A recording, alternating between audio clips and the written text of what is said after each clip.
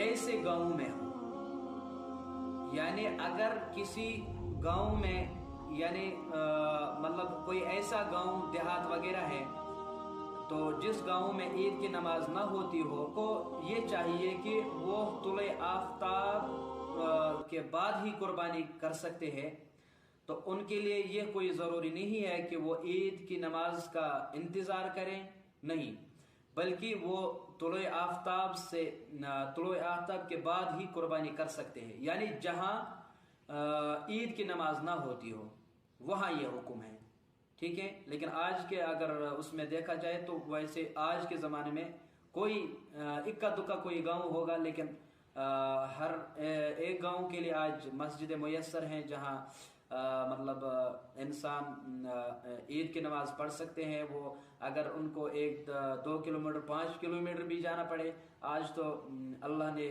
ماشاءاللہ ویسے تو اکثریت ان میں ہی ہے کہ اللہ نے سبوں کو اپنا جو ہے لفٹ دے رکھا ہے، تو اس لیے کہ اس حساب سے اگر دیکھا جائے تو کوئی ایسا گاؤں نہیں ہے کہ جہاں عید کی نماز نہ ہوتی ہو پھر وہ شہر میں نماز پڑھنے کے لیے نہ آئے، تو یہ اس شخص کے لیے ہے۔ مثلا یہ مانو آپ کی کوئی ہمارے یہاں ہوتے ہیں وہ بکری چرانے والے، وہ ہیں، ان کے اوپر اگر وہ چاہے کہ قربانی ان کے لیے ہے، اگر وہ چاہے قربانی کرنے کے لیے تو لیکن پھر وہ ان عید کی نماز کا انتظار نہ کریں، بلکہ ان کے لیے یہی بہتر ہے کہ وہ طلوع آفتاب کے بعد ہی یعنی فجر نماز پڑھ کے ہی قربانی کر سکتے ہیں، ٹھیک ہے۔